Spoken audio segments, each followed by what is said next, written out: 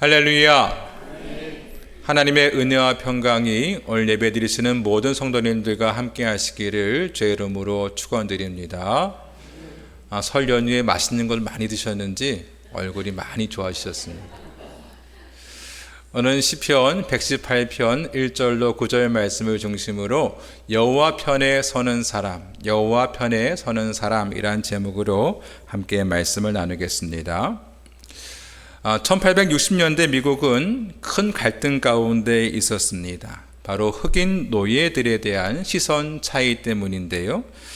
미국의 북부 쪽은 이 노예 제도를 폐지하기를 바랬고, 큰 농장들을 많이 가졌던 이 남부 쪽은 노예 제도를 유지하기를 바랬습니다.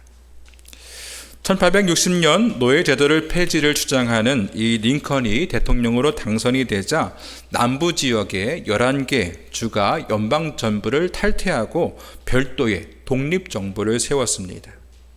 단순히 정책적인 갈등을 벌인 것이 아니라 실제로 나라가 둘로 나뉘어진 거예요. 이러한 상황 속에서 남부군이 먼저 포탄을 쌓아올려서 남북전쟁이 시작되었습니다.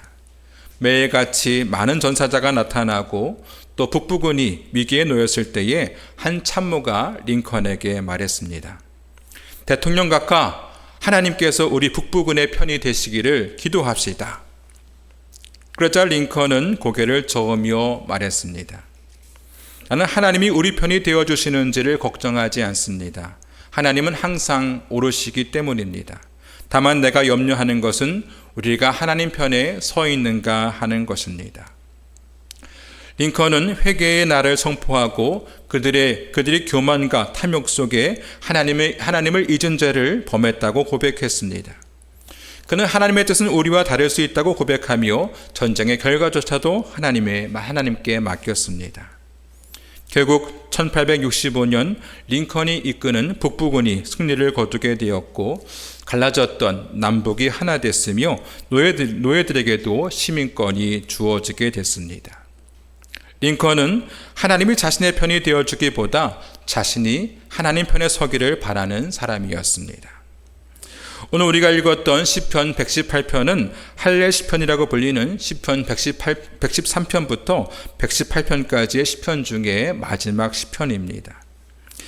이 시편은 유대인들이 유월절과 같은 절기에 성전에 올라가면서 불렀던 예배의 노래였습니다. 이 시는 포로기 이후에 공동체가 무너진 성벽을 재건하고 신앙의 정체성을 회복하려고 힘쓰던 시기에 기록된 것으로 추측되고 있습니다. 당시 이스라엘은 주변 강대국들의 정치적인 압박과 군사적인 위협 속에 있었습니다. 다른 나라의 눈치를 보며 외교적인 동맹을 맺어야 될지 아니면 하나님만 의지해야 될지 선택의 기로에 있었어요. 이러한 상황 속에서 시편 기자는 이렇게 고백합니다. 여호와는 내 편이시라. 내가 두려워하지 아니하리니 사람이 내게 어찌할까. 여호와께서 나의 편이 되신다. 이 말을 바꿔서 얘기하면 내가 하나님 편에 서 있다라는 말이 되겠죠. 하나님 편에 서 있는 사람은 결국 하나님이 내 편이 되어주시는 것입니다. 그럼 하나님 편에 서 있는 사람에게는 어떠한 특징이 있을까요? 첫 번째로 여호와의 인자하심을 신뢰합니다. 따라해 볼까요? 여호와의 인자하심을 신뢰한다. 우리 1절 말씀 다 같이 읽어보겠습니다. 시작. 여호와께 감사하라. 그는 선하시며 그의 인자하심이 영원함이로다. 아멘. 본문 1절은 여호와께 감사하라 하는 명령으로 시작되죠. 근데 감사의 이유가 무엇입니까? 문제가 해결되었습니까? 사업이 잘 돼서입니까? 자녀가 잘 돼서입니까? 아니죠. 하나님이 선하시며 그의 인자하심이 영원하시기 때문입니다. 하나님 편에 서는 사람은 자신의 상황에 따라서 감사가 달라지는 것이 아니라 하나님의 성품의 기초에서 감사를 드리는 것입니다. 여기 인자하심이란 말은 원어로 헤세드라고 해서 인자, 자비라는 뜻을 가지고 있어요.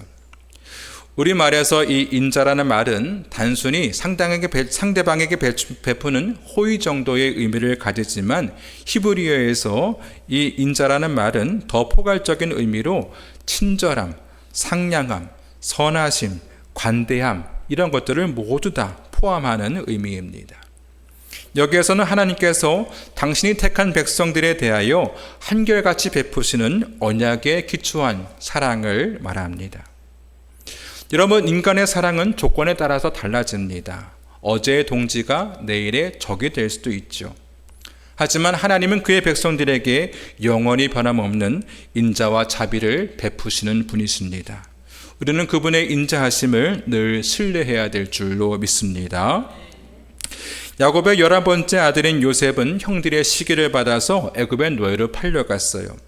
그가 나중에 애굽의 총리가 되어서 형들을 만났을 때에 그는 이렇게 고백합니다.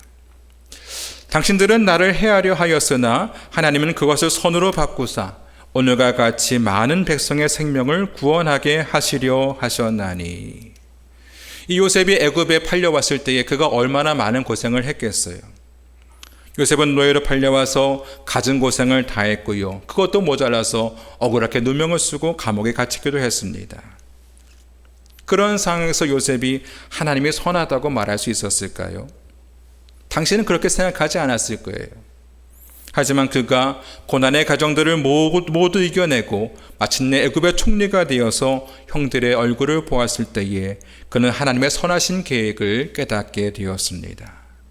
하나님께서 많은 백성의 생명을 구원하시려고 나를 이곳에 먼저 보내셨구나. 더 나아가서 애굽에 들어가던 이 야곱의 가족 70명은 나중에 성인 남자들만 60만 명에 이르는 큰 민족으로 성장하게 되죠. 요셉이 자신이 고난당할 때에 그때만 봤을 때는 하나님이 나를 사랑하지 않으신 것 같다 하고 느꼈을지 몰라요. 하지만 그의 전 인생으로 봤을 때에 하나님은 선하시고 그의 인자하심이 영원하다는 것을 깨닫게 된 것입니다. 우리는 상황에 따라서 달라지는 신앙이 아니라 하나님의 선하심과 인자하심은 변함없다는 사실을 신뢰해야 될 줄로 믿습니다.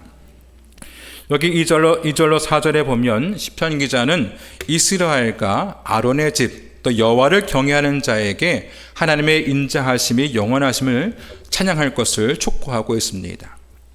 여기 제일 먼저 나오는 이스라엘은 하나님이 선택하시고 언약을 맺으시고 구원을 베푸신 이들을 지칭하는 거예요.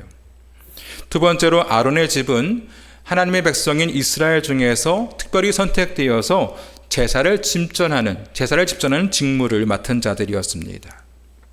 세 번째로 여호와를 경외하는 자는 혈통이나 신분을 초월해서 하나님의 구원을 체험하고 하나님을 믿는 모든 사람들을 가리킵니다. 여기는 이스라엘 백성들만 포함하는 것이 아니라 모든 민족을 가리키는 것이죠. 무슨 말씀입니까? 하나님의 선하심과 인자하심은 모든 직분과 인종을 초월해서 모든 하나님의 백성들에게 동일하게 임한다는 것입니다. 목회자라고 해서 하나님의 특별한 은혜가 있는 것이 아니라 목사나 장로나 권사나 집소나 평신도나 학생들에 이르기까지 하나님의 선하심과 인자하심은 변함없이 동일하게 임하는 것입니다. 따라서 우리 모두는 하나님의 선하심과 인자하심을 늘 감사하고 찬양해야 될 줄로 믿습니다. 로마서 8장 말씀에 하나님을 사랑하는 자, 곧 그의 뜻대로 부르심을 입은 자들에게는 모든 것이 합력하여 선을 이룬다 했습니다. 여러분과 인생을 살아가는 가운데 때로는 고난을 당할 때도 있고 또 어려움을 만날 때도 있지만 우리를 향하신 하나님의 선하심과 인자하심은 영원히 변함없다는 사실을 기억하시고 끝까지 하나님을 신뢰하며 나아가는 우리 모두가 되기를 주의 이름으로 축원드립니다. 두 번째로 하나님 편에 서 있는 사람은 부르짖을 때 응답을 받습니다. 따라해 볼까요? 부르짖을 때 응답을 받는다. 우리 5절 말씀 다 같이 읽어보겠습니다. 시작. 내가 고통 중에서 여호와께 부르짖었더니 여호와께서 응답하시고 나를 넓은 곳에 세우셨도다. 아멘. 시인은 지금 고통 중에 있다고 고백을 합니다. 고통이란 말은 원어로 메차르라고 해서 좁은 곳, 압박이란 뜻이에요. 마치 사방이 벽으로 막혀서 숨이 턱턱 막히는 상황, 도저히 빠져나갈 구멍조차 보이지 않은 절망적인 상태를 말해요. 여러분, 우리도 그럴 때가 있지 않습니까? 인간 관계의 어려움도 있고요. 경제적인 어려움도 있고요. 건강이 안 좋아지기도 하고 미래에 대한 불안감이 엄습하기도 합니다. 그러할 때 시편 기자는 그 좁은 곳에서 무엇을 했습니까? 사람을 찾아가지 않았고요. 권력을 찾아가지도 않았습니다. 그는 여호와께 부르짖었습니다. 하나님께 간절히 기도했던 거예요. 보통 사람들은 좁은 곳에 갇힐 때 무엇을 합니까? 인맥을 동원하고 또 통장의 잔고를 확인하고 전문가의 조언을 구하죠. 물론 그것이 나쁜 것은 아닙니다. 문제를 해결해야 되니까요. 하지만 여호와의 편에 선 사람은 그 반응이 달라야 합니다. 그는 여호와께 부르짖었습니다. 부르짖었다는 말은요, 격식을 차린 점잖은 기도를 드렸다는 것이 아니에요. 우리가 예배 때 대표 기도하면 하늘에 계신 하나님 아버지 이렇게 격식을 차려서 드린 것이 아닙니다. 물에 빠진 사람들이 살려달라고 소리치듯이 간절하게 부르짖었던 것입니다. 그럴 때 하나님이 어떻게 하셨습니까? 그를 넓은 곳에 세워주셨습니다. 우리도 숨을 쉬기 어려울 정도로 고통스러운 상황을 만났을 때에 하나님께 부르짖어야 됩니다. 내 모든 것을 다 내려놓고 하나님께 부르짖어야 됩니다. 하나님께서는 부르짖는 자에게 응답하실 줄로 믿습니다. 유다의 히스기야 왕 때에 당시 근동 지방의 세력을 키워갖고 있던 이 아수르가 이 남유다를 쳐들어왔어요. 이 아수르는 북이스라엘을 무너뜨린 강국이었고요. 많은 나라들을 점령해가고 있었습니다. 이 아수르의 사네립 왕은 유다와 그들의 하나님인 여호와를 모욕하며 자신들에게 항복을 하라고 소리쳤습니다. 이때 히스기야는 어떻게 합니까? 자신의 옷을 찢고 굵은 베옷을 입고 성전에 들어가서 하나님께 기도했습니다. 왕으로서의 직분을 내려놓고 하나의 피조물로서 하나님 앞에 서게 된 것입니다. 하나님께서는 이러한 히스기야의 간절한 기도를 들으시고 그 밤에 여호와의 사자를 보내셔서 아수르의 군사 18만 5천 명을 모두 전멸시키셨습니다. 그뿐만이 아니에요. 히스기야가 죽을 병에 걸렸을 때에 그는 얼굴을 벽으로 향하고 하나님께 기도했습니다. 말씀을 보면요, 히스기야가 심히 통곡했다고 기록하고 있어요. 이 히스기야가 깊은 절망 속에서 하나님께 간절히 부르짖어 기도할 때에 하나님은 그의 기도를 들으시고 그의 생명을 15년이나 연장시켜 주셨습니다. 이와 같이 하나님은 그의 백성들이 부르짖어 기도할 때에 응답하시는 분이십니다. 여러분, 어려운 일을 만날 때에 하나님께 부르짖어 기도하시기 바랍니다. 하나님께서 우리의 기도를 들으시고 우리를 넓은 곳에 이르게 하실 줄로 믿습니다. 네덜란드의 코리템 붐 여사는 나치 수용소에서 무려 40일 동안 독방에 갇힌 일이 있었습니다. 제수들이 가장 무서워하는 것이 바로 독방에 갇히는 일인데요. 독방은 굉장히 좁고 빛도 거의 들어오지 않아서 마음이 무너지기 쉬운 곳이기 때문입니다. 거기는 화장실도 없고 구석에 양동이 하나만 있을 뿐이었어요. 물도 거의 제공되지 않았고 아무와도 대화할 수 없었습니다. 보통 40일 동안 독방에 갇혀 있으면 대부분 정신병자가 되어 나왔어요. 이 코리 여사도 얼마나 힘이 들었었는지 믿음이 사라지고 인내가 사라지는 것 같았습니다. 그녀는 벽에 머리를 대고 하나님께 기도했어요. 하나님, 견딜 수가 없습니다. 이길 힘도 없습니다. 믿음도 다 사라졌습니다. 어쩌면 좋습니까? 그때 눈앞에 개미 한 마리가 보였습니다. 개미는 기어가다가 바닥의 물을 피해서 벽 옆에 조그만 틈으로 들어갔습니다. 그리고 하나님의 음성이 들려왔어요. 코리야, 개미가 보이느냐? 개미가 지금 어디로 가고 있느냐? 예, 작은 틈으로 피해가고 있습니다.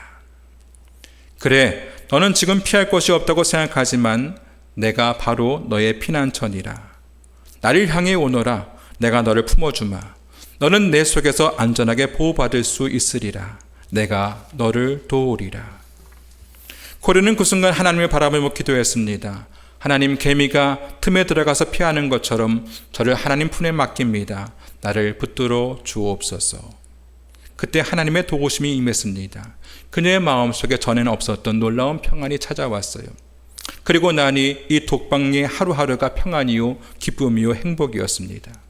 하나님께서 그녀의 기도를 들어주신 것이죠. 시편 50편 말씀에 환난 날에 나를 부르라 내가 너를 건지리니 네가 나를 영화롭게 하리로다 했습니다. 이런 환난을 만날 때에 하나님께 부르짖으시기 바랍니다. 하나님께서 우리 기도에 응답하시고 반드시 우리를 넓은 곳에 이르게 하실 줄로 믿습니다. 세 번째로 하나님 편에 서 있는 사람은 사람을 두려워하지 않는 담대함이 있습니다. 따라해 볼까요? 사람을 두려워하지 않는 담대함이 있다. 우리 6절 말씀 다 같이 읽어보겠습니다. 시작. 여호와는 내 편이시라 내가 두려워하지 아니하리니 사람이 내게 어찌할까. 아멘. 이 시인은 사람을 두려워하지 않았습니다. 그에게는 하나님이 내 편이시고 내가 하나님 편에 서 있다는 확신이 있었기 때문입니다. 또한 그는 8절과 9절에 이렇게 고백하는데요. 여호와께 피하는 것이 사람을 신뢰하는 것보다 나으며 여호와께 피하는 것이 고관들을 신뢰하는 것보다 낫도다. 여기 피하다라는 말은 원어로 하사라고 해서 피난처로 삼다라는 뜻이 있고요. 또 신뢰하다라는 말은 원어로 바타흐라고 해서 몸을 기대어 맡긴다 이런 뜻이 있습니다. 여호와께 피한다는 것은 단순히 도망간다는 뜻이 아니에요. 보호자가 되시는 하나님 안으로 들어간다 하는 뜻입니다. 여기서 시인은 사람과 고관들, 권력자들을 언급하고 있는데요. 이들은 눈에 보이고 당장 도움을 줄 수 있는 것처럼 보입니다. 하지만 사람을 신뢰하고 고관들을 신뢰하는 것보다 여호와께 피하는 것이 더 낫다고 말씀하고 있죠. 여러분, 예를 들어서 부모도 보호자가 될 수가 있습니다. 이런 부모가 아무리 이 자식을 사랑하고 아무리 능력이 많아도 완전한 보호자는 될 수가 없습니다. 우리 인간은 완전한 존재가 아니기 때문이죠. 하지만 우리 하나님은 우리의 완전한 보호자가 되시고 피난처가 되십니다. 우리의 피난처가 되시는 하나님께 우리는 늘 피하고 그분 안에 들어가야 할 줄로 믿습니다. 남유다가 멸망할 즈음에 이 유다에 여호야김이라는 왕이 있었어요. 그는 자신을 왕으로 세워준 애굽에 많은 은과 금을 갖다 주었습니다.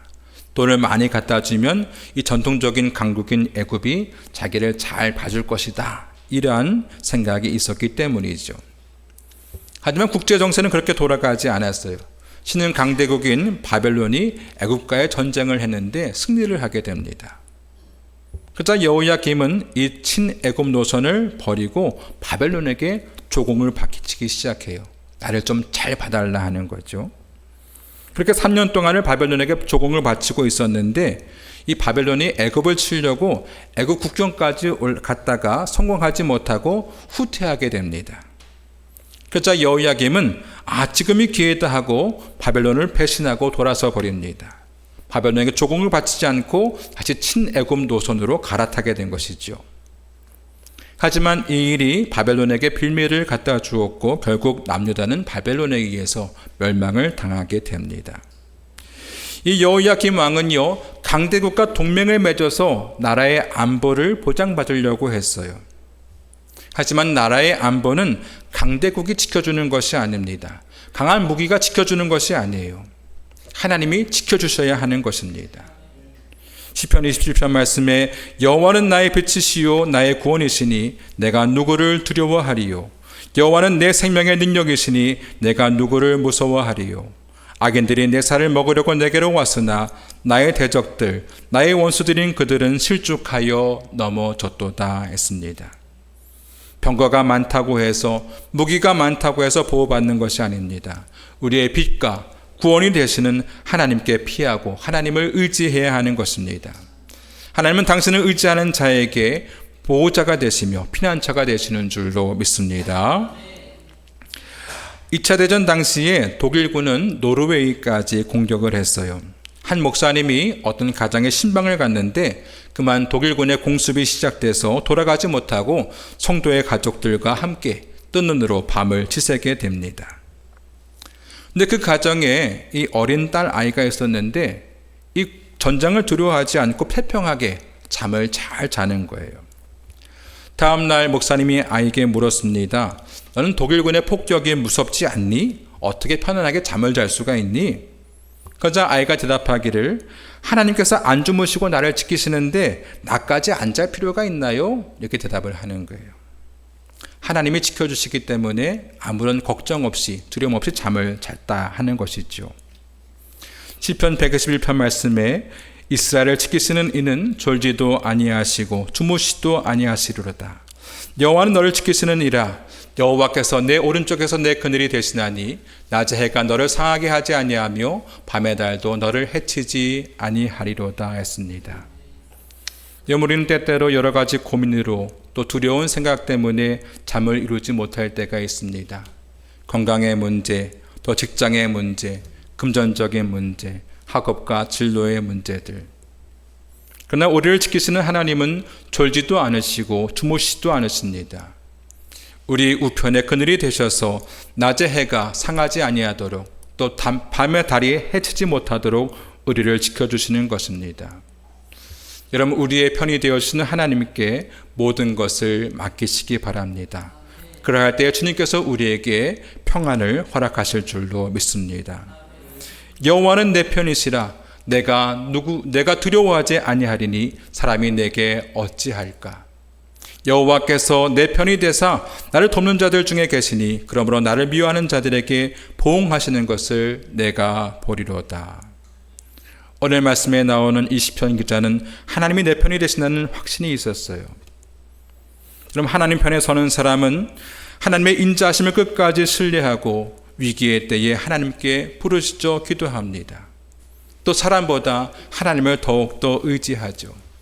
그럴 때 하나님은 우리의 편이 되어주시고 세상 가운데 아무런 두려움 없이 담대하게 살아가게 하십니다. 바라기는 우리 모두가 여호와의 편에 서는 믿음의 사람들이 다 되기를 주의 이름으로 축원드립니다. 우리 함께 찬송하고 기도하겠습니다.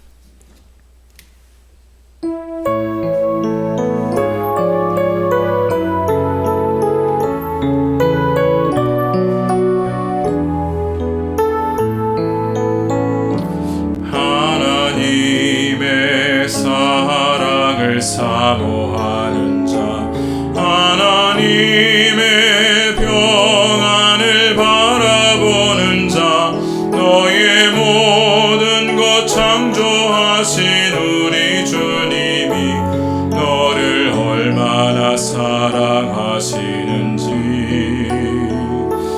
하나님께 찬양과 경배하는 자, 하나님의 선하심을 닮아가는 자, 너의 모든 것 창조하신 우리 주님이 너를 자녀 삼으셨네. 하나님 사랑의 눈으로 너를 어느 때나 바라보시고 하나님 인자한 귀로서 언제나 너에게 기울이시니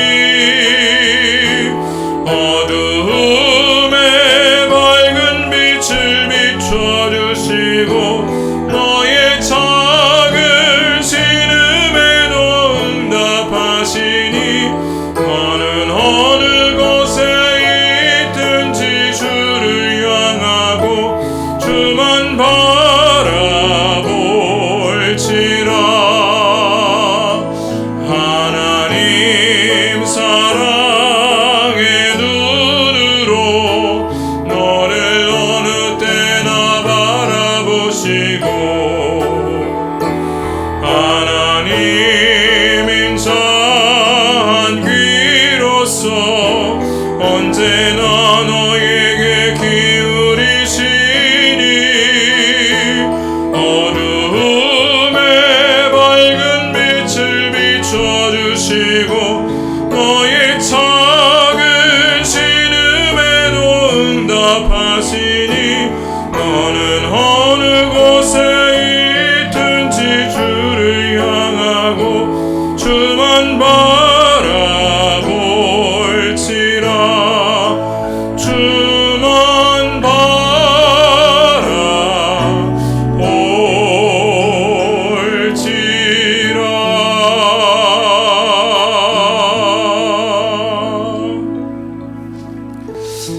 하나님은 늘 선하시고 옳은 곳에 서 계십니다. 하나님이 내 편이 되길 원한다면 우리가 먼저 하나님 편에 서야 하는 것이죠. 하나님께서는 당신 편에 서 있는 자들에게 끝까지 인자하심을 영원토록 변함없이 베풀어 주시고, 또 위기의 때에 기도할 때에 응답해 주시고, 또 우리의 보호자가 되셔서 우리의 피난처가 되시고 우리를 지켜주십니다. 그러니까 늘 주님 편에 서게 하시고 주님의 보호하심 가운데 살아가게 하여 주옵소서.